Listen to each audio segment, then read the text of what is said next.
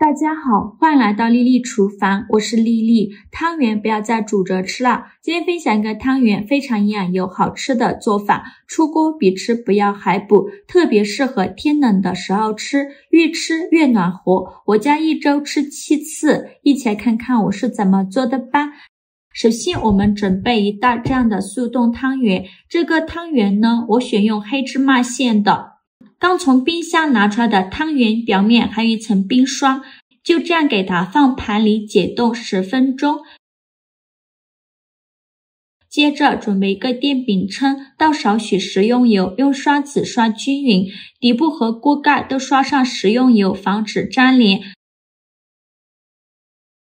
然后再把汤圆一个一个的放入锅中，中间要留一些空隙，防止粘连在一起。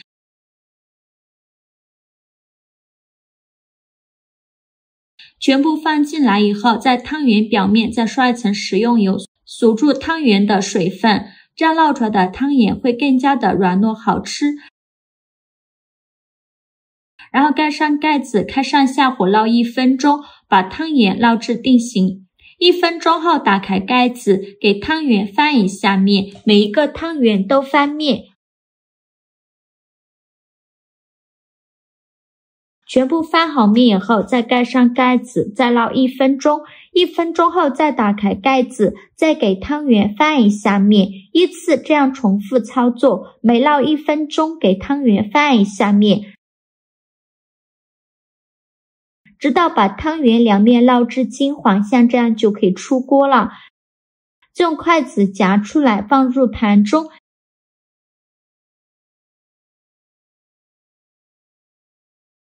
先放一旁备用，接着准备30克红枣，把它放入大碗中，淋少许清水把红枣打湿，再加一勺食盐，加一勺食用小苏打，用手抓拌均匀，让每一个红枣都能裹上一层小苏打。因为红枣表面有层褶皱，里面是藏污纳垢的好地方，直接用清水洗很难清洗干净。这里加小苏打呢，小苏打水碱性物质，有很强的去污能力，能把红枣清洗得更加干净。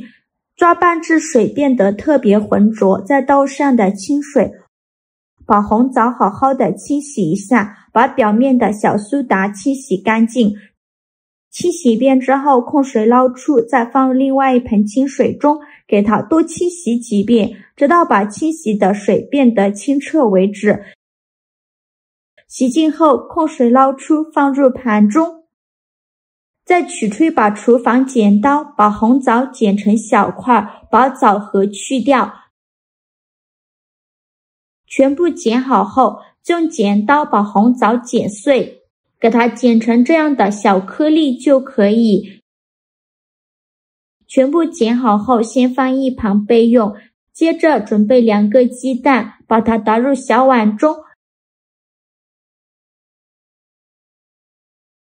用筷子搅散。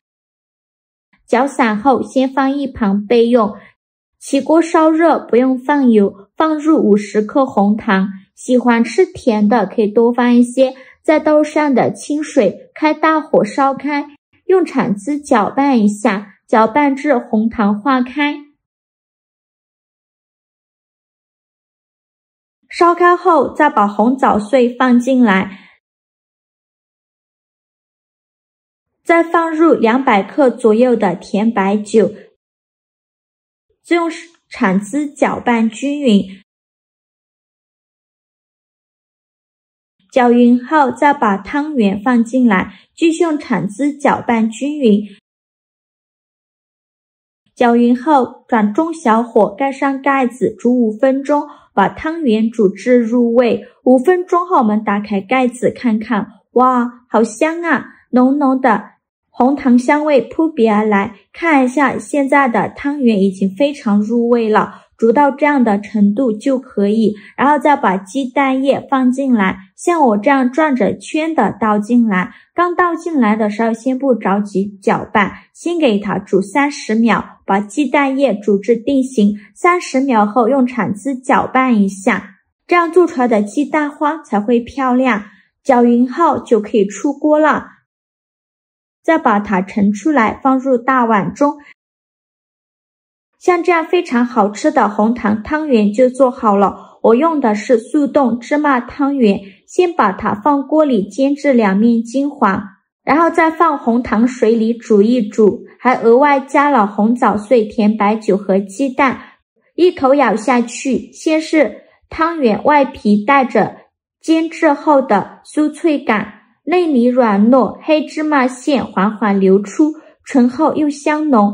再喝一口汤汁儿，红糖的清甜混合着红枣碎的香甜，甜白酒独特的风味及鸡蛋的醇厚，几种味道融合的恰到好处，每一口都甜滋滋的，满满的幸福感，真的是太好吃了。天冷的时候这样来上一碗，从头暖到脚，暖心又暖胃。喜欢的朋友一定要收藏起来试一试哦。好了，这个视频就分享到这里了。这个视频麻烦您帮忙点个免费的小红心，下次不会做还能找到我。非常感谢大家的支持，我们下个视频见，拜拜。